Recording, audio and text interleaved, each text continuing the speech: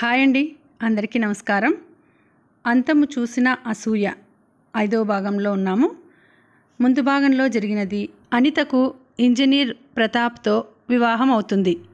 Shekhar doctor Deshmukh చిన్నాన్న కూతురైన doctor విజయను పెళ్లి చేసుకుంటాడు. అనిత భర్త ఇద్దరూ యుఎస్కి బయలుదేరతారు. అక్కడ జాబ్ చేయడానికి రవీంద్ర అన్ని ఏర్పాట్లు చేస్తాడు. అనిత వాళ్ళు వెళ్ళిన తర్వాత రవీంద్ర ఒకసారి అనిత వాళ్ళ ఇంటికి వెళ్ళి వస్తాడు.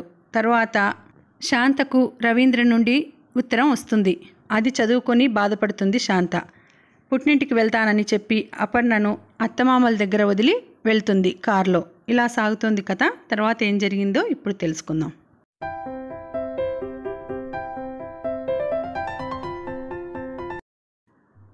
శాంతను పిలుచుకురావటానికి వెళ్ళిన కారు ఖాళీగా వచ్చింది. డ్రైవర్ మాత్రం ఉత్తరం తెచ్చి ఇచ్చాడు. ఉత్తరం చదివి సుధామణి పిచ్చిదానిలా అయింది. మరోసారి అపనమ్మకంగా చదివింది. అత్తయ్య, ఈ అభాగ్యురాలిని మన్నించి మర్చిపోగలరని ప్రార్థన. మీతో శాశ్వతంగా విడిపోతున్నానని చెప్పలేక సతమతమయ్యాను. ఎంత శక్తి కూడదీసుకున్నా ముఖాముఖి మీకు చెప్పలేకపోయాను. ఈ బీదరాలిపై మీరు చూపిన అపారమైన ప్రేమానురాగాలను జన్మజన్మలకు మర్చిపోను. అప్పుకి మీరే తల్లి. పెరిగి అది అడిగినా తల్లి చచ్చిపోయిందని చెప్పండి. నమస్కారాలతో అభాగ్యురాలు శాంత. ఏమిటిది? ఆమె కాళ్ళు చేతులు పట్టు తప్పసాగాయి. వెంటనే రమ్మని భర్తకు ఫోన్ చేసింది. కారు పంపింది. ఏమిటి సుధా? ఆదుర్దాగా వచ్చాడు రంగనాథం. ఇదేం కర్మండి? అతని భుజంపై తలవాల్చి వెక్కి వెక్కి ఏడ్చింది. అసలు సంగతి ఏమిటి అడిగారు. ఇదిగో శాంత రాసిన ఉత్తరం అందించింది. అతను నిశ్చేష్టుడయ్యాడు. ఏమిటండి ఇదంతా అంది. నాకు మాత్రం ఏం తెలుసు? శాంతను ముఖాముఖి కలిస్తే గానీ అర్థం కాదు. రవి ఏదైనా కోపంగా రాశాడంటారా? అలాంటిదే అయి ఉంటుంది. అయినా అబ్బాయి అంత కోపంగా రాసే విషయాలు ఏముంటాయి? నాకు అర్థం కావటం లేదు. పద, వాడు రాసిన విషయం ఇది అని చెప్పకూడదా? అంతా తనిష్టమే అయినట్టు కోపంగా బయలుదేరాడు. అతన్ని అనుసరించక తప్పలేదు సుధామణికి. వారు వెళ్ళేసరికి ఇల్లంతా నిశ్శబ్దంగా ఉంది. ధనమ్మ గడపలో నడుం వాల్చింది. కారు శబ్దం వింటూనే ఉలిక్కిపడి లేచింది. వచ్చిన వారిని చూసి కంగారు పడింది. అమ్మా శాంత, ఎవరొచ్చారో చూడు. లేచింది. రండి రండి. కోడలు అలా కొట్టుకేసి వెళ్ళింది. అరగంటలో వస్తుంది. దంపతులు వెళ్ళి కూర్చున్నారు. అపర్ణ పరుగున ఇంట్లోకి వెళ్ళింది. నీరసంగా మందహాసం చేస్తూ వచ్చింది శాంత. వారం రోజుల నాడు చూసిన మనిషికి ఈ మనిషికి పోలికే లేదు. మళ్ళీ చూడనేమో అన్నంత తమకంతో కూతుర్ని హృదయానికి హత్తుకుంది. శాంత, ఏమిటిది? ఉత్తరం ఆమె మీదికి విసిరాడు. తల దించుకుంది. మాట్లాడమ్మా, సుధామణి అర్థించింది. అత్తయ్య, జీరబోయింది గొంతు. నన్ను క్షమించండి, నేనేం చెప్పలేను అంది. ఏమిటమ్మా? ధనమ్మకేం అర్థం కాలేదు. వారం రోజుల నుండి ఆపిన దుఃఖం కట్టలు తెంచుకొని వచ్చింది. అలా బేలగా దుఃఖించే కోడల్ని చూసి గుండె చెరువయింది. సుధామణి లేచి కోడల్ని మనుమరాలతో సహా దగ్గరకు తీసుకుంది. శాంత, చెప్పమ్మా, ఏం జరిగింది అడిగింది. ఎలా చెప్పనత్తయ్యా? కూతుర్ని క్రిందికి దించి గదిలోకి వెళ్ళి రవి రాసిన ఉత్తరం అందించింది. నీ పేరు రాయాలన్నా అసహ్యంగా ఉంది. అందుకే అన్నారు బీదవాడి వంటి నిండా కుళ్ళు అసూయ అని. ఆనాడు నన్ను ఆకర్షించటానికి చదువు సాకుతో నటన చేశావు. ఈనాడు శేఖర్ కోసం నా చెల్లెలి జీవితమే నాశనం చేయదలిచావా? నీ రంకుతనానికి అత్తామామలపై ప్రేమ అడ్డుగా పెడతావా? వాడి దగ్గరే ఉంటావో చస్తావో నాకు తెలియదు. నా ఇంట మాత్రం ఉండొద్దు. ఈ ఉత్తరమే విడాకులనుకో. నీ నటనతో అమ్మా నాన్నలను ఎంత మోసం చేస్తున్నావో వారి ఉత్తరాల వలన గ్రహించాను. ఇక ఆటలు చాలించు. నీ జీవితపు గమ్యం నిర్ణయించుకో. నా తల్లిదండ్రులతో సంప్రదింపులు చేయించాలని చూస్తే నేను ఏ పరిస్థితిలోనూ భారతదేశం రాను. పాపను అమ్మ దగ్గర వదిలివేయి. దీనికి ఏమాత్రం విరుద్ధంగా జరిగిన ఫలితాలు దారుణంగా ఉంటాయి. శాంత, సుధామణి నిలవలేక దగ్గరలో ఉన్న కుర్చీలో కూర్చుండిపోయింది. రంగనాథం ముఖం జేవురించింది. ఇది నేటి యువకుల ప్రగతి మార్గం. ఆయన పిడికిళ్ళు బిగుసుకున్నాయి. నన్నేం చేయమంటారు? కన్నీరు ఒత్తుకొని అడిగింది. ఎవరు చేయాల్సింది ఏం లేదు. పద ఇంటికి. వాడి కళ్ళకు కట్టిన అనుమానపు గంతలు నేను విప్పుతాను అన్నాడు. మావయ్య, ఆయన తిరిగి వచ్చినాక ఏమైనా చేయవచ్చు. అంతవరకు ఇలా దూరంగా ఉండటమే మంచిదేమో. అసంభవం శాంత, మీరలా అనకండి. వచ్చేశానని వారికి ఉత్తరం రాశాను అన్నది శాంత. నువ్వు అక్కడ ఉన్నట్టు ఎవరు చెబుతారు అన్నాడు రంగనాథం. ఎవరైనా ఉత్తరం రాస్తే?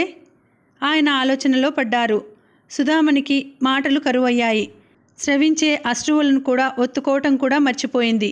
అత్తయ్య, శాంత, తప్పంతా మాలోనే ఉందమ్మా. పిల్లలను అపురూపంగా పెంచామనుకుని పెంకిగటాలుగా తయారు చేశాం. అలా కాదు, నా దురదృష్టం అత్తయ్య. శేఖరన్నయ్య అంటే అభిమానం తప్ప ఇలాంటి భావం నాకు తెలుసమ్మా అంది సుధామణి. అందరూ అలాగే కూర్చుండిపోయారు. ధనమ్మకు కొంత అర్థమైనట్టు కానట్టు ఉంది. బజార్ నుండి వస్తువులు తీసుకుని సుభద్ర వచ్చింది. కాఫీలు, టిఫిన్లు అంటూ నానా హడావుడి చేసింది. సుభద్ర, శాంత ఎంఏ పూర్తయ్యే వరకు ఇక్కడే ఉంటుంది. మా ఇంట్లో చదువు సాగటం లేదు. సుధామణి మాట పెగుల్చుకొని చెప్పగలిగింది. మీరు ఆ మాట చెప్పాలా పిన్నిగారు? మా పరిస్థితుల వల్ల కానీ, లేకపోతే శాంత పరాయిదా అంది. మాకు తెలియదా? బలవంతాన నవ్వుతూ లేచారు. శాంత సహజంగా ఉండటానికి ఎంతో ప్రయత్నించింది. ముఖానికి నవ్వు పులుముకుని అత్తమామలను సాగనంపింది. కోడలు దూరం వెళ్ళగానే ధనమ్మ కూతుర్ని అడిగేసింది. ఏమిటే అమ్మాయి ఇదంతా? ఎందుకో ఆయనకు నాపై కోపం వచ్చిందమ్మా అంది. కాలం తల్లి, కాలం. మనసులో ఏం లేకపోయినా లోకానికి జడవాలమ్మా. అన్నా చెల్లెలికి అపవాదులు అంటకట్టే లోకం ఇది. ఆవిడ వాపోయింది. అమ్మా, నువ్వు మాత్రం నోరు జారకు అంది. తెలుసులే అన్నది కన్నీరు ఒత్తుకుంటూ. శాంత చాలాసేపు మౌనంగా కూర్చుంది. తను వేయబోయే ప్రతి అడుగుకు బలం చేకూర్చుకోవడానికి. నెల రోజులకే భార్యాభర్తల వయస్సు ఎంతో పెరిగినట్లు కనిపించసాగింది. వారిద్దరి మధ్య మాటలు కలుపుతూ అల్లరి చేసేది అపర్ణ మాత్రమే. పలహారం చల్లారిపోయింది. ఉండనియ్యి. సుధామణి అక్కడి నుండి వెళ్ళిపోయింది. తనలో లేని ఈ అసూయ కూతురికి ఎలా అబ్బింది? రంగనాథం తల్లి అప్పుడప్పుడు తన రెండో కూతుర్ని గూర్చి చెప్పేది. అమ్మో అదా, తండ్రి ఇంకో కూతుర్ని పిలిస్తే ఆ రోజంతా ఇంట్లో రామరావణ యుద్ధమే. ఆ మేనత్త గుణమే అనిత కబ్బిందా? అదే గుణం అపర్ణకు వస్తే ఆమె వణికిపోయింది. లేదు, అలా కాదు, శాంతగుణమే రావాలి అనుకుంది. కోడలుగా ఆ ఇంట్లో శాంత చిటపటలాడలేదు, చీదరించుకోలేదు. సుధామణికో స్నేహమయిగా కనిపించింది. విధి జీవితంతో ఎందుకు ఆటలు ఆడుకుంటోంది? పూర్వజన్మ కర్మఫలమా? తను పెంచిన కుమారుడు ఇంత వ్యక్తిత్వం లేనివాడా? చెప్పుడు మాటలు విని ఇల్లాలని వెలివేసేవాడా? చదువు, డిగ్రీలు ఎందుకు? విశాల భావాలు లేకపోయాక, విమర్శనాత్మక దృష్టి నశించాక, యువతరం ప్రగతి మార్గంలో పయనిస్తోందా? ఆలోచనలు, ఆచరణలు వెనకబడే ఉన్నాయి. ఒకరిని చూసి ఒకరు వేషభాషలు మాత్రం మారుస్తున్నారు అనుకుంది. అత్తయ్య, తలెత్తి ఎదురుగా శేఖర్ నిలబడి ఉన్నాడు. 10 నిమిషాలు ముందు నిల్చున్నా చూడలేకపోతున్నారు. రా శేఖర్ ఇంట్లోకి దారి తీసింది. శాంతేది? పుట్టినింట్లో. మనవాడు ఇంత ప్రబుద్ధుడని ఎన్నడూ అనుకోలేదు. నీకు రాశాడా? రంగనాథం హాల్లోకి వచ్చాడు. ఉండు, కాఫీ తెస్తాను. ఆమె లోపలికి వెళ్ళి మళ్ళీ రానే లేదు. పనివాడి చేతికి కాఫీ ట్రే ఇచ్చి పంపించింది. మామ అల్లుడే ప్రపంచ విషయాలు చాలాసేపు మాట్లాడారు. ఏం ఆలోచించారు? ఏ విషయంలో? శాంత విషయంలో. నేను ఏం ఆలోచించటం లేదు. డబ్బు సహాయం తప్పితే నేనేం చేయలేను. ప్రేమ వివాహం వారిది. హేళన చేస్తున్నారా మావయ్య? నన్నేం చేయమంటావో చెప్పు. ఆనాడు వివాహం గురించి కన్న కలలు కళ్ళలు అయినాయి. ఈనాడు సుఖ జీవితం గూర్చి ఆలోచించే యోచనలు ఒమ్మైనాయి. వాడి రాక కోసం వేచి చూడటం తప్పితే ఏం చేయలేను అన్నాడు ఆయన బాధగా. అంతేనా? భారంగా అడుగులు వేస్తూ వెళ్ళిపోయాడు శేఖర్. అరగంట తర్వాత సుధామణి బయటకు వచ్చింది. కాఫీ త్రాగనే లేదు అంది. కాఫీయా? చూడలేదు. చల్లారిన కాఫీ అందుకొని త్రాగేశాడు. అమ్మాయే రవికి చెప్పిందంటావా సుధా? సందేహమా అంది. బేబీకి ఆడవారికి ఉండే అసూయా ద్వేషాలు ఒక పాలు ఎక్కువే. అయినా ఇలా చెప్తుందా అన్నాడు. మరి అలాగే అనుకోవాలి అంది. అతను గంటలు గంటలు ఆలోచిస్తూ కూర్చుంటాడు. అతను ఇవ్వబోయిన డబ్బును నిరాకరించింది శాంత. నెలకో ప్రోగ్రాం ఉంటుంది, అదే తనకు చాలు అంటుంది. బంధువులను, స్నేహితులను చూడాలంటే చాలా భయంగా ఉంది. శాంత కోరికను అనుసరించి రవీంద్రకు ఏమీ రాయలేదు. దంపతులిద్దరూ మౌనంగా రేడియో ముందు కూర్చున్నారు. శాంత రవీంద్ర పాడుతుందని అనౌన్స్ చేశారు. గతమంత తీయని కళ, అందుకోలేని అందమైన అలా మరుపురాని ఈ గతము మదించు మదిని అనుక్షణము మనసే విరాగియై మే దెరాయి అయి వ్యధలు మరుచుటెలా ఎలా ఊహించగలేని భవితవ్యము అదే జీవితానికాధారము గతమంత తీయని కళ. పాట పూర్తి అయ్యేసరికి రంగనాథం కళ్ళు నిండుకున్నాయి. అతను పెదవులు బిగబట్టాడు.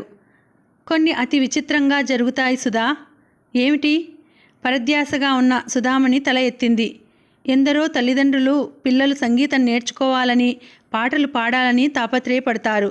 శాంత గాలిపాటలు రేడియో వారికి నచ్చాయి. కళ దేవుడిచ్చిన వరం, డబ్బిచ్చి కొనలేనిది. నిజమే, ఎంత ప్రయత్నించినా సంభాషణ సాగదు. అలాగే రోజులు దొర్లిస్తున్నారు. సుధామణి వదిన వచ్చింది. రవీంద్రకు వివాహం అయింది మొదలు ఏనాడు గడప త్రొక్కలేదు. ఈ రోజు వచ్చిందంటే విశేషమే మరి. ఏమ్మా సుధా, కోడలేది అడిగింది.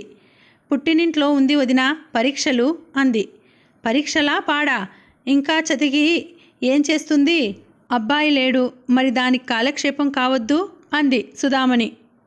కాలక్షేపానికేం, నీకు తోడు ఇంట్లో ఉండి సహాయం చేయవద్దు టింగురంగా అంటూ తిరక్కపోతే అంది.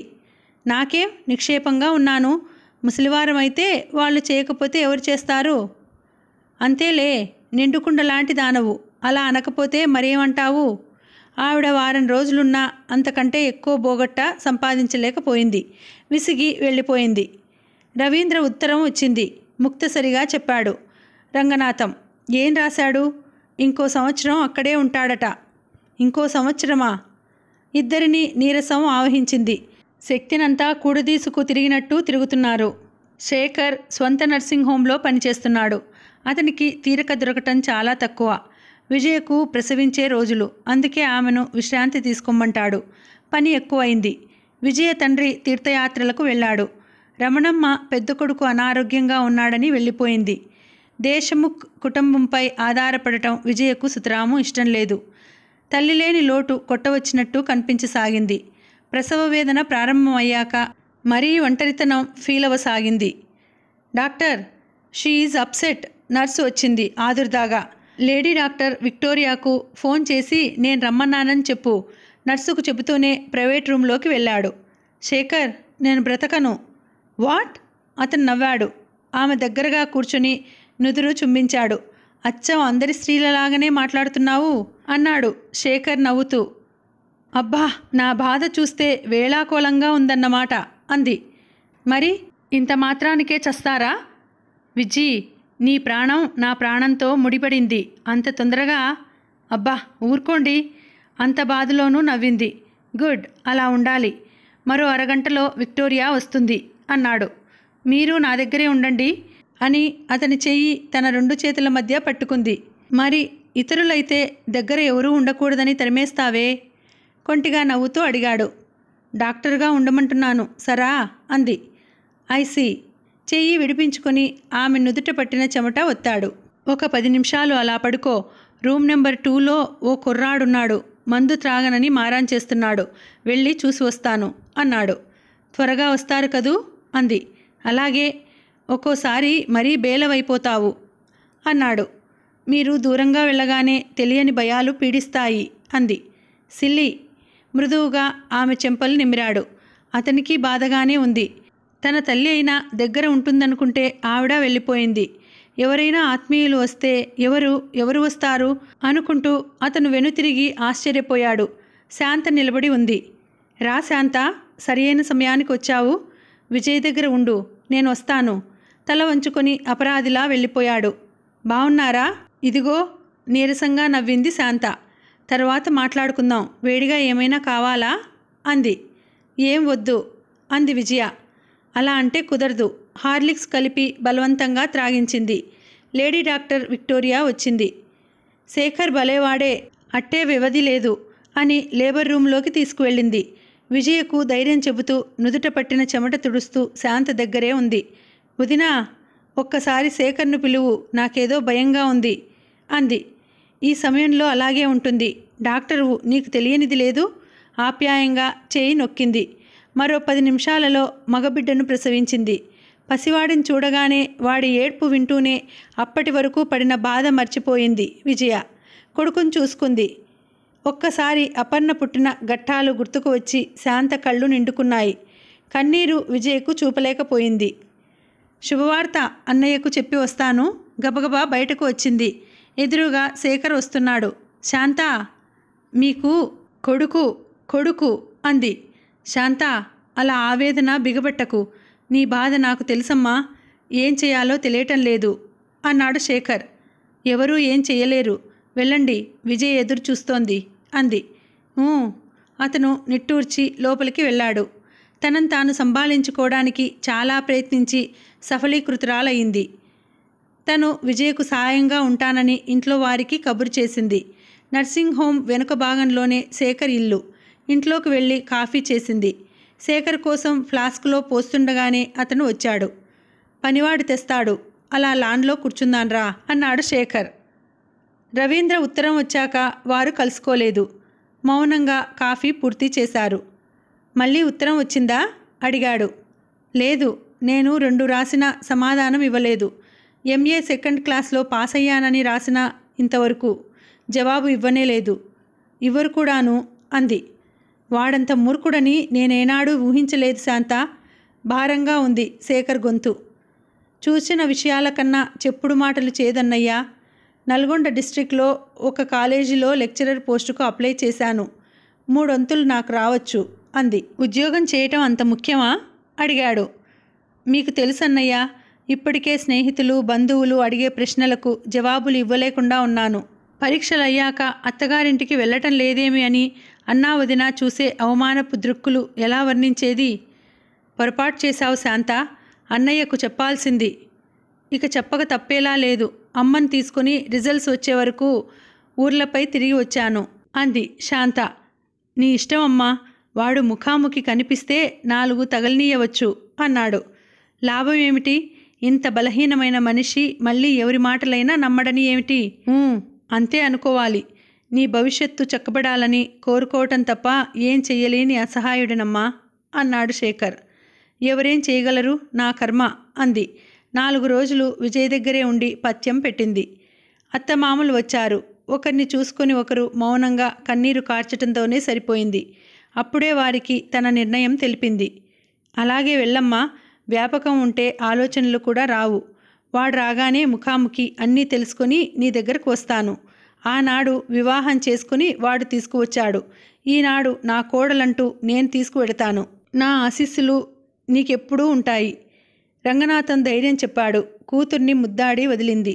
కూతురు తనను గూర్చి దిగులు పడకపోవటం ఒక విధంగా సంతోషంగా ఉన్నా తల్లిని మర్చిపోతోందే అన్న బాధ ఒక మూల ఉంది. నా ప్రయాణానికి ఏర్పాట్లు చేసుకుంటాను విజయ అంది శాంత. వదినా, ఏ అవసరం వచ్చినా మేమున్నామని మర్చిపోకు అంది విజయ. అదెలా సాధ్యం విజయ? విజయను కౌగిలించుకుంది. ఇద్దరూ చాలాసేపు దుఃఖించి విడిపోయారు. శాంత, నీది అదృష్ట జాతకం అని మురిసిపోయానమ్మా కంటతడి పెట్టుకున్నాడు శంకరం. వద్దన్నయ్యా, మీరు ఏడిస్తే చూడలేను. ప్రతి కష్టము అపవాదు మన వ్యక్తిత్వాలను మెరుగుదిద్దటానికే వస్తాయి అన్నది శాంత విచారంగా, గంభీరంగా. నువ్వు మాకందరికీ మిగిలిన తోబుట్టువు, దిగుళ్లతో సగం అవ్వకు అన్నాడు శంకరం. ఇక నుండి నాకు రేడియో స్టేషన్ వాళ్ళిచ్చిన డబ్బు మంజు పేర బ్యాంకులో వేస్తాను. దాని వివాహం గూర్చి వదినను కూడా దిగులు పెట్టుకోవద్దను అంది శాంత. శాంత, నీకే ఆధారం లేదు, ఇతరులకు ఆధారం చూపుతావా తల్లి? జాలిగా నవ్వాడు. ఇతరులెవరన్నయ్యా? అపర్ణ, మంజు అంతా ఒక్కటే నా దృష్టిలో. ప్రేమలు మమకారాలు అంతా మిథ్యలా అనిపిస్తాయి. వద్దమ్మా, అంత వేదాంతం అలవర్చుకోకు అన్నాడు శంకరం. మనిషికి స్వాంతననిచ్చి అన్ని వేళలా ఆదుకునేది వేదాంతమే అంది. అమ్మా జాగ్రత్త, వస్తావుగా నెలకోసారి. నేను రాకపోయినా రేడియో స్టేషన్ వారు ఊరుకోరు. అతన్ని బయటికి సాగినంపి వచ్చింది. భారంగా కదిలిపోయే అతన్ను చూస్తే హృదయం తరుక్కుపోయింది. శాంతిగా బ్రతికిన రోజులు వేళ్లపై లెక్క పెట్టవచ్చునేమో. కాలేజీలో పెద్దగా పనేం లేదు. అది ట్రైనింగ్ కాలేజ్. అంతా బాధ్యత గల టీచర్లే వస్తారు. క్రమశిక్షణ అన్న గోల కూడా లేదు. ఉద్యోగస్తులకు గ్రేడ్ గొడవ. కొత్తగా మెట్రిక్ పాస్ అయిన వారికి ఉద్యోగం స్టైఫండ్ గొడవ. ఓ చిన్న పోర్షన్ అద్దెకు తీసుకుంది. లేవగానే తల్లికి సాయం చేసి భోజనం చేసి కాలేజీకి వెళ్ళిపోతుంది. సాయంత్రం వచ్చి ఏదో పుస్తకంతో కాలక్షేపం చేస్తుంది. అలా నెల గడిచింది. ఓసారి హైదరాబాద్ వెళ్ళి వచ్చింది. ఆ రోజు ఆదివారం కావటం మూలాన తలంటుకొని వరండాలో కూర్చుంది. తోచక విశ్వనాథ సత్యనారాయణ గారి ఏకవీర తీసింది. మనసు ఎక్కడో ఉంది. పుస్తకం ఒడిలో ఉంది. నమస్తే మేడం. తలెత్తి చూసింది. ఇద్దరు విద్యార్థినులు నిల్చున్నారు. మీరా? రండి ఆహ్వానించింది. నమస్కారం, పనిలో ఉన్నారా అన్నారు. రెండవసారి నమస్కారం అనగానే వారి కుశ్చిత బుద్ధి తెలిసిపోయింది. ఒక అమ్మాయి సాయిలీల, ఆమె రెండో ఆవిడ క్రిస్టియను. ఏమిటమ్మా విశేషాలు అంది. ఓ చిన్న సందేహం అండి. అడగండి అన్నది. సాయిలీల అమ్మాయికి చొరవ, ధైర్యం ఎక్కువ. మీకు వివాహం అయిందా? అనుకోని ఈ ప్రశ్నకు శాంత తెల్లబోయింది. వెంటనే సర్దుకుంది. ఏమ్మా, వరుణ్ణి వెతికే ప్రయత్నంలో ఉన్నారా? నవ్వుతూ అడిగింది. ఆశించిన జవాబు దానిలోనే మరో ప్రశ్న ఉండేసరికి వారు తెల్లబోయారు. అది కాదండి, మా హాస్టల్లో కొందరు అంటారు మీకు వివాహం కాలేదని, మరికొందరు అంటారు అయ్యిందని. అందుకే నసిగింది. నా వివాహం కావడం కాకపోవడం మీ చదువులతో సంబంధం లేదు. ఇతరులను గూర్చిన జిజ్ఞాస అంతగా ఉండటం అనవసరం. నా వివాహం అయింది. నా భర్త అమెరికాలో ఉన్నాడు. సరా అంది. మీకు కోపం వచ్చినట్లుంది. వస్తాం. వారు లేచి వెళ్ళిపోయారు. ఆలోచిస్తూ కూర్చుంది. రేపు మరొకరు ఇంకో రకంగా అడుగుతారు. ఏమని జవాబు ఇస్తుంది? ఇంట్లోకి వచ్చి అలాగే కూర్చుండిపోయింది. తల్లి పిలిస్తే వెళ్ళి భోజనం చేసి వచ్చింది. శాంతక్క, ఇంటివారమ్మాయి పిలిచింది. వారు వైశ్యులు. ఏమిటి కాంచనమాల, సినిమాకు వెళదామా? క్షణం ఆలోచించింది. తను కొద్దిసేపు ఆలోచనల నుండి పారిపోవాలంటే ఏదో వ్యాపకమో సినిమానో ఉండాలి. అందుకే అంగీకరించింది. 5 నిమిషాల్లో తయారవుతాను మాలా అన్నది. అమాయకంగా ఉండే కాంచనమాల అంటే ఎంతో అభిమానం. ఇద్దరూ సినిమాకు వెళ్లారు. 4 రోజుల అనంతరం 3 యువకులు వచ్చారు. వారి వేషభాషలు చూసి ఏ కాలేజీ లెక్చరర్లో అనుకుంది. నమస్తే, ఎవరికోసం? శాంతా రవీంద్ర అంటే మీరేనా? అవును, మీ పరిచయం? మేము నసిగారు. కూర్చోండి. కుర్చీలు చూపింది. కూర్చున్నారు. మేము మల్టీపర్పస్ చదువుతున్నాము. ధన్యోస్మి అనుకుంది మనసులో. నా వల్ల ఏ సహాయం కావాలి? సహాయం కావాలని కాదు, మీరు రేడియోలో పాడుతారట కదూ అడిగారు. ఏదో అంది. వీరికెలా తెలిసిందా అని. మాకు పాటలంటే చాలా ఇష్టంలేండి. మంచి అభిరుచే అంది. నేను రేడియోలో పాడాలని చాలా కుతూహలపడుతున్నాను. ఏం చేయాలి? ఒకతను అడిగాడు. ఎలా అప్లై చేయాలో వివరంగా చెప్పింది. సరే వస్తాం. వారు వెళ్ళిపోయారు. అయితే ఓ కొత్త బిడద వచ్చి పడింది. ప్రతిరోజు సాయంత్రం వచ్చేవారు. వారు మరీ చిన్నపిల్లలేం కారు. చూసిన వారు ఏమనుకుంటారో. అందులో ఓ కుర్రాడు కాంచనమాల కేసి కాంక్షగా చూసేవాడు. ఏంటయ్యా, మీరు చదువుకోవటం లేదు అంది. ఎందుకు లేదు? మీతో మాట్లాడుతూ ఉంటే కాలక్షేపం అవుతుంది అన్నాడు. విద్యార్థులకు కాలక్షేపం అవటం ఓ సమస్య అడిగింది శాంత. సంగీత సాహిత్యాలను గూర్చి చర్చించటం అంటే మాకు సరదా ఒకతను అన్నాడు. ఎప్పుడూ సినిమాలు తప్ప చర్చించరేం అన్నది కోపం దిగమింగుతూ, నవ్వు తెచ్చిపెట్టుకొని. మీకు సినిమాలంటే ఇష్టం లేదా? సినిమాలు ఇష్టం లేదని కాదు, ఏదైనా మితిమీరితే కష్టం. మీరు ఇలా చదువు అశ్రద్ధ చేయటం బాగుండలేదు. సన్నసన్నగా చీవాట్లు పెట్టింది. వారు వెళ్ళిపోయారు. ఎవరే అమ్మాయి? వల్లకాట్లో రామయ్యలు. రేపటి నుండి వారు వస్తే ఇంట్లో లేనని చెప్పమ్మా అంది. వీళ్ళకివేం బుద్ధిలే. మర్నాటి నుండి వరుసగా 2-3 రోజులు లేదని చెప్పించాక వారికి శాంత అభిప్రాయం అర్థమైంది. అక్కడ ఇక్కడ ఏదో వాగటం మొదలుపెట్టారు. అవన్నీ లెక్క చేయలేదు. తన భర్త తన గుణాలను ప్రేమించాడు. తన వ్యక్తిత్వాన్ని గౌరవించాడు. ఈనాడు ఇంత సంకుచితంగా మారిపోయాడంటే వీరో లెక్క. కాలేజీ, ఇల్లు, నెల నెల హైదరాబాద్ తప్పితే ఎవరితో పరిచయము, స్నేహము పెంచుకోలేదు శాంత. శాంత, సుధామణి వణికిపోయింది. ఏమత్తయ్యా, అప్పు బావుందా అడిగింది. రామ్మ, అప్పు నర్సరీకి వెడుతోంది. అత్త వెనకాలే వెళ్ళింది. శాంత ఎంతో ఆశతో వచ్చి ఉంటుంది. ఏమని చెప్పాలి, ఎలా చెప్పాలి? అదే ఆమె మాట. మీ అబ్బాయి తిరిగి వచ్చాక వస్తానన్నాను, అలాగే వచ్చాను నవ్వింది శాంత. శాంత, ఆమె కంఠం వణకసాగింది. ఎందుకత్తయ్యా? జరిగిన విషయం చెప్పటానికి అంత బాధపడతారు? నేను బయటనే విన్నాను, రవీంద్ర గారు వివాహం చేసుకొని వచ్చారని అంది. నీకు తెలిసిందా? తెలిసే ఒకసారి అందరినీ చూసిపోదామని వచ్చాను అంది. నీకు బాధగా లేదు? నన్ను తిట్టు, శపించు అంది సుధామణి. వెర్రితనమా అత్తయ్య? నవ్వింది. నా జీవితంలో గుర్తుపెట్టుకోదగిన సమయం ఏదైనా ఉంది అంటే అది మీ ఇంట్లో గడిపిన సమయమే. ఒకరి దురదృష్టానికి ఒకరు కర్తలా అంటుండగానే మేడమెట్ల దగ్గర శబ్దం అయింది. లేచి వెనుతిరిగి చూసింది. రవీంద్ర ఆ వెనకాలే నీలి నీలి కళ్ళతో ఓ తెల్ల దొరసాని దిగుతోంది. ఇద్దరూ ఒకరినొకరు చూసుకున్నారు, ప్రత్యర్థుల్లా. శాంతే తనను తాను సంభాళించుకుంది. ముఖం ప్రసన్నంగా మార్చింది. హలో, గుడ్ ఈవినింగ్ అన్నది శాంత ఇద్దరినీ సంబోధిస్తూ. రవీంద్ర తలాడించాడు. ఆ అమ్మాయి మాత్రం గుడ్ ఈవినింగ్ అన్నది తీయగా, మృదువుగా. ఐ యామ్ శాంత. రవీంద్ర గాబరాగా చూశాడు. I am Mrs Ravindra Helen అంది. ఐ సీ, ఫైన్ అన్నది నవ్వుతూ శాంత. ఎందుకొచ్చావు? కొరకొరా చూశాడు. మిమ్మల్ని అభినందించాలని అన్నది నెమ్మదిగా. Helen, can you wait for me? ఆమె అతని భావం గ్రహించినట్టే పైకి వెళ్ళిపోయింది. ఆఖరి మెట్టు మీద నిలబడి చేయి ఊపింది. శాంత కూడా చెయ్యి ఊపింది. వచ్చిన పని అయిపోయిందిగా, ఇక వెళ్ళు కఠినంగా అన్నాడు రవీంద్ర. 2 నిమిషాలు అతని వంక చూసింది. అంత భయం దేనికి? అంత ఆత్మాభిమానం లేనిదాన్నైతే ఈ ఇల్లు విడిచి వెళ్ళేదాన్నే కాదు, కోర్టులో నా తప్పు నిరూపించమని నిలదీసేదాన్ని అంది. సిగ్గు లేకపోతే సరి, వెటకారం చేశాడు. అదేదో మీకుండాలి. చెప్పుడు మాటలకు చెవులు అరివిచ్చే భర్తతో కాపురం కంటే నరకమే మేలు. పుట్టిన దగ్గర నుండి స్నేహంగా ఉన్న శేఖరన్నయ్యను అర్థం చేసుకొని వారు నన్ను అర్థం చేసుకుంటారన్నది భ్రమే అన్నది. షటప్ అన్నాడు రవీంద్ర కోపంగా. నాకు వస్తాయి ఇంగ్లీష్ తిట్లు. మీపై జాలిగా ఉంది. ఇంత సంకుచితులు అమెరికన్ అమ్మాయితో కాపురం ఎలా చేస్తారన్నది నీకనవసరం. చకచకా తిరిగి వెళ్ళిపోయాడు పైకి. అతన్ని అలాగే చూస్తుండిపోయింది. శాంత నెమ్మదిగా పిలిచింది సుధామణి. త్రాగుతున్నారా అత్తయ్య అంది. అవుననుకుంటానమ్మా.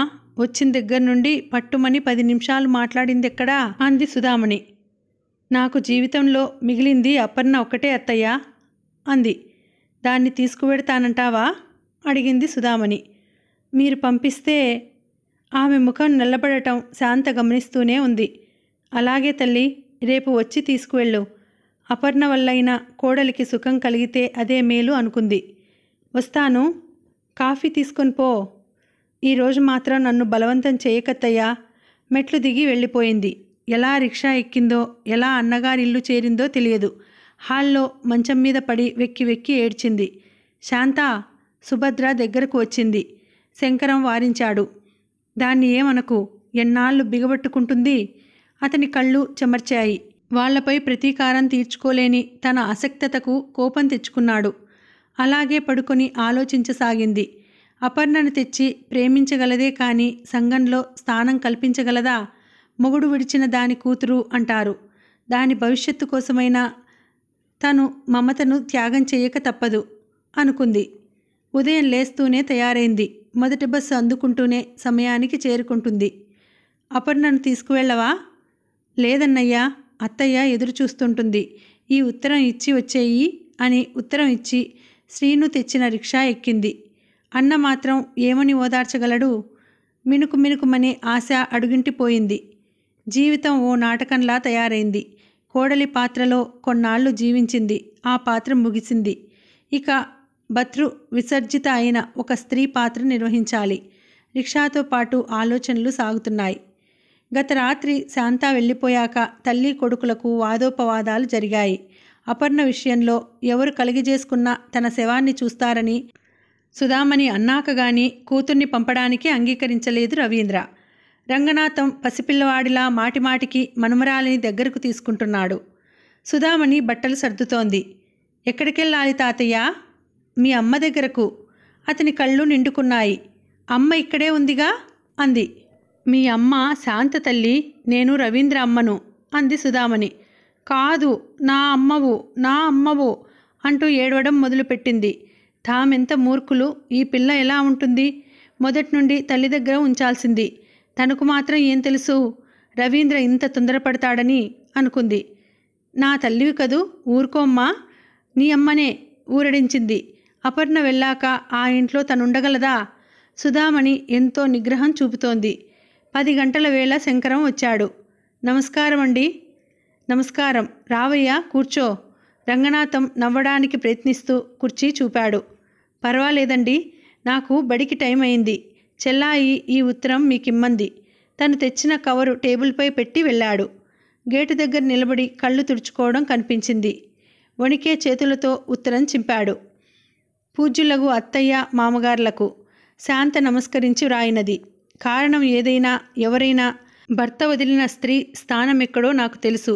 అపర్ణకు తల్లి ప్రేమను పంచి ఇవ్వగలనే కానీ సంఘంలో హోదా గౌరవము ఇవ్వలేను. భర్తతో చీ అనిపించుకున్న నేను రేపు అది పెరిగి తన పుట్టుకను ఏవగించుకునే స్థితి వస్తే అంతకన్నా నరకం మరేం ఉండబోదు. అందుకే మీ దగ్గర వదిలివేస్తున్నాను. ఒక్క విషయంలో మాత్రం మీరు నన్ను క్షమించి నా కోరిక మన్నించండి. ప్రేమతో పాటు రుజువర్తన కూడా నేర్పగలరు. ఎవరూ అసూయాద్వేషాలకు అతీతులు కారు. కానీ వాటిని ప్రాణంగా ప్రేమించటం అవివేకం. దండించి అయినా పరిస్థితులు అర్థం చేసుకునేలా చేయండి. అప్పుకి నా ఆశీస్సులు. శాంత. సుధామణి హృదయం ఆర్ద్రమైంది. బలవంతంగా కన్నీరు బిగబట్టింది. అపర్ణకు కారణాలు చెప్పాలి. అందుకే లోపలికి వెళ్ళి కరువు తీరా ఏడ్చింది. అమ్మా! అపర్ణ పిలుపు వింటూనే కళ్ళు తుడుచుకుంది. తాత మనవరాళ్ళు పెట్టెలో సామాన్లు యథాస్థానంలో పెడుతున్నారు. అపర్ణ చెప్పే కబుర్లు వింటూ అలాగే కూర్చుండిపోయింది సుధామణి. ఊర్లన్నీ తిరిగి వచ్చారు రవీంద్ర, హెలెన్. హైదరాబాద్ కూడా అంతా తిప్పాడు. అతను ఉద్యోగం సంపాదించాడు. తండ్రి కారు పాతదని క్రొత్త కారు కొన్నాడు. ఉదయం లేచి ఇద్దరూ కాలకృత్యాలు ముగించి క్రిందకి వస్తారు. రవీంద్ర ఆజ్ఞానుసారం బ్రెడ్డు, గుడ్లు, పండ్లు, పాలు ఉంటాయి. ఉపాహారం కాగానే అతను వెళ్ళిపోతాడు. ఆమె పైన పుస్తకాలతో కాలక్షేపం చేస్తుంది. ఒక్కోసారి క్రిందకు వచ్చి తోట పనులు పర్యవేక్షిస్తుంది. సుధామణికి గలగలా మాట్లాడేంత చొరవ లేదు.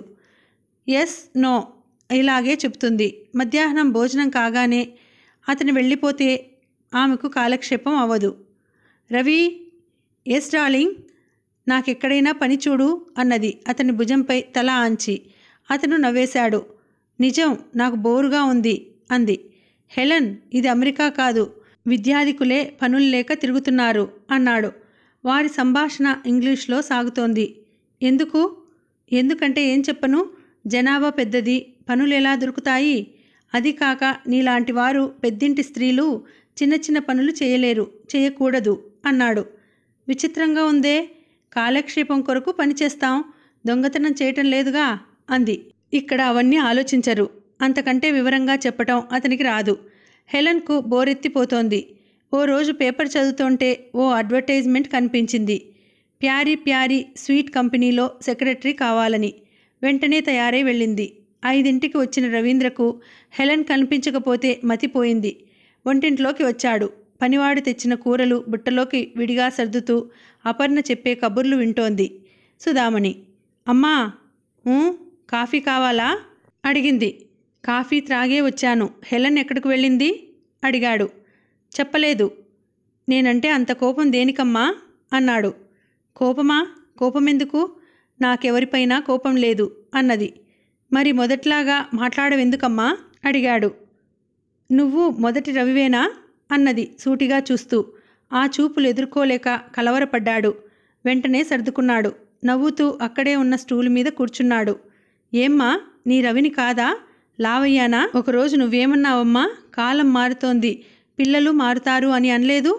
తన పనిని సమర్థించుకోవాలని అన్నాడు. అన్నాను రవి, ఈనాడు అంటున్నాను. శాంత దోషమేమిటో చూపి ఆ అమ్మాయిని పంపివేస్తే సంతోషించేదాన్ని. విడాకులు ఇవ్వకుండానే 2వ వివాహం చేసుకున్నందుకు నిన్ను బజార్లోకి లాగితే ఏం చేసేవాడివి? అమ్మా, తప్పు చేసిన వారికంత ధైర్యం ఉండదన్న సంగతి నాకు తెలుసమ్మా. మూర్ఖులకు అంతా తెలుసునన్న నమ్మకం బాగా ఉంటుంది. వెళ్ళిపో రవి, ఇక్కడి నుంచి వెళ్ళిపో అంది. అది కాదమ్మా, శేఖర్ అనువును ఎందుకు నిరాకరించాడు? ఇన్ని జరిగినా నాకు తెలుపలేదు. తప్పు చేయనిదైతే అమాయకంగా అన్నీ తెలిపేది అన్నాడు. ఛా, ఎందుకొచ్చిన చదువులరా? శేఖర్ ఇల్లరికానికి అంగీకరించలేదు. దానికి అందరం బాధపడ్డాం. శాంత అతనికి నచ్చచెప్పింది, అంతే. అనూను అతనెప్పుడూ నిరాకరించలేదు అంది. అయితే వాళ్ళు జరిపిన గూడుపుటాని నీకేం తెలియదన్నమాట అన్నాడు. నాకేం తెలియనక్కర్లేదు, వెళ్ళిరా. నిన్ను అతి ప్రేమగా పెంచాను, ఒక్కనాడు ఒక్క దెబ్బ వేయలేదు. ఈనాడు నా చేత చెంపదెబ్బలు తినకు, వెళ్ళవతలికి అంది కోపంగా. ఇంకా అపర్ణ అక్కడుండడం మంచిది కాదని పనిమనిషికిచ్చి బయటకు పంపివేసింది. అమ్మా, అతనేదో చెప్పబోయాడు. హలో రవి, హెలెన్ తుఫాన్లా వచ్చింది. నేను జాబ్ సంపాదించాను, అపాయింట్మెంట్ ఆర్డర్ చూపింది. 150 రూపాయల జీతం, తండ్రి డ్రైవర్కే 100 రూపాయలు ఇస్తాడు. ఇంత తక్కువ జీతానికి దినమంతా పనిచేయటం నాకిష్టం లేదు అన్నాడు ఆర్డర్ తిరిగి ఇస్తూ. నేను ప్రొఫెసర్నా ఏమిటి వందలు ఇవ్వటానికి? నాకిష్టమైంది, నీకేం అభ్యంతరం? పోనివ్వు. టివోలీలో మంచి పిక్చర్ ఉంది, పద, గెట్ రెడీ. అతన్ని తీసుకుని వెళ్ళిపోయింది పైకి. రవి రోజు ఆమెను ఆఫీస్లో వదిలి వస్తాడు. వచ్చేటప్పుడు తను ఒక్కతే రాగలనని చెప్పింది. ఒక్కోసారి చాలా ఆలస్యంగా ఇంటికి వస్తుంది. హెలెన్ డియర్, 6 గంటలైంది అన్నాడు కోపాన్ని దిగమింగుతూ. ఆమె వాచి చూసుకుంది. సారీ రవి, క్షమించు. దట్ గై మేనేజర్ కాఫీ త్రాగే వరకు వదల్లేదు. అతను అమెరికా వెళ్తాడట. అక్కడ వివరాలు అడుగుతుంటే ఆలస్యం అయింది అన్నది. అపర్ణ తాతగారితో షికారుకు వెళ్ళి వచ్చింది. హెలెన్ ఆ పిల్లని గట్టిగా ముద్దు పెట్టుకొని హౌ స్వీట్ యు ఆల్ అని పైకి వెళ్ళిపోయింది. రవీంద్ర కూడా పైకి వెళ్ళాడు. నిజం రవి, మా మేనేజర్ని నువ్వు మీటవు, చాలా మంచివాడు, చలాకీ అయినవాడు. ప్రవాహంలా సాగుతున్నాయి మాటలు. Let us have a drink. Brandy తీసి సోడా కలిపింది. ఏం అంత మౌనంగా ఉన్నావు అడిగింది. ఏం లేదు అన్నాడు తన గ్లాస్ అందుకుంటూ. I think you are jealous నవ్వింది. గ్లాస్ పట్టుకొని అతని వెనుకగా వచ్చింది.